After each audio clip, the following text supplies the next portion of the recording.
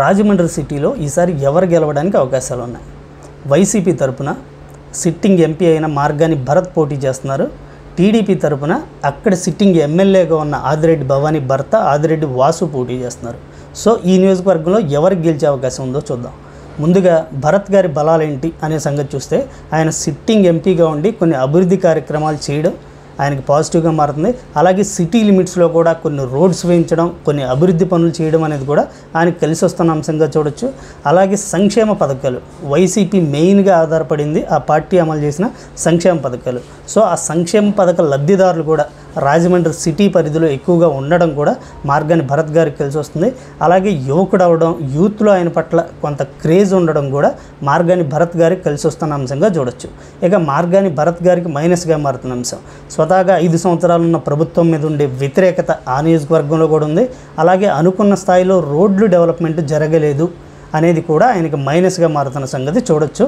అలాగే బీజేపీ తరపున పురంధేశ్వరి గారు పోటీ చేస్తుండటంతో ఆ నియోజకవర్గంలో కొంత ఇంపాక్ట్ పడుతుంది, అది కూడా మైనస్గా మారే అవకాశాలు ఉన్నాయి.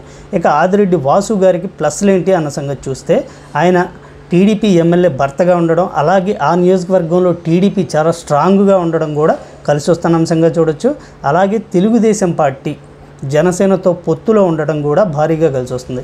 ఎందుకంటే కాపులు ఓట్లు పోలరైజేషన్ కోసమే టీడీపీ జనసేన పొత్తు పెట్టుకున్నాయి. అలా గనక కాపు ఓటు బ్యాంకు కన్సాలిడేట్ అయితే అది టీడీపీ అభ్యర్థికి భారీ లాభం చేకూర్చే అవకాశం ఉంది. సో ఇదే ఈయనకి ఈ నియోజకవర్గంలో ప్లస్గా మారుతుంది. అలాగే ప్రభుత్వం మీద ఉన్న వ్యతిరేకత కూడా ఇక్కడ వీళ్ళకి కలిసి వస్తుందని భావిస్తున్నారు. అలాగే నరేంద్ర మోడీ ఈ నియోజకవర్గంలో ప్రచారానికి వస్తారు కాబట్టి అది కూడా అడ్వాంటేజ్గా మారే అవకాశాలుగా టీడీపీ అభ్యర్థి ఆదిరెడ్డి వాసు భావిస్తున్నారు.